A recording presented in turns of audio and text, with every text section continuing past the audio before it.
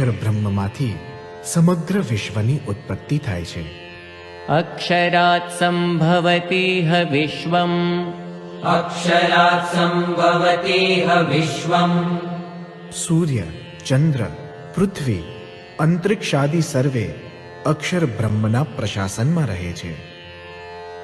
एतस्य वा अक्षरस्य प्रशासने गार्गि एतस्य वा अक्षरस्य प्रशासने गार्गि सूर्याचन्द्रमसौ विधृतौ तिष्ठतः सूर्याचन्द्रमसौ विधृतौ तिष्ठतः। एतस्य वा अक्षरस्य प्रशासने गार्गि एतस्य वा अक्षरस्य प्रशासने गार्गि द्या वा पृथिव्यौ विधृते तिष्ठतः द्या वा पृथिव्यौ विधृते तिष्ठतः।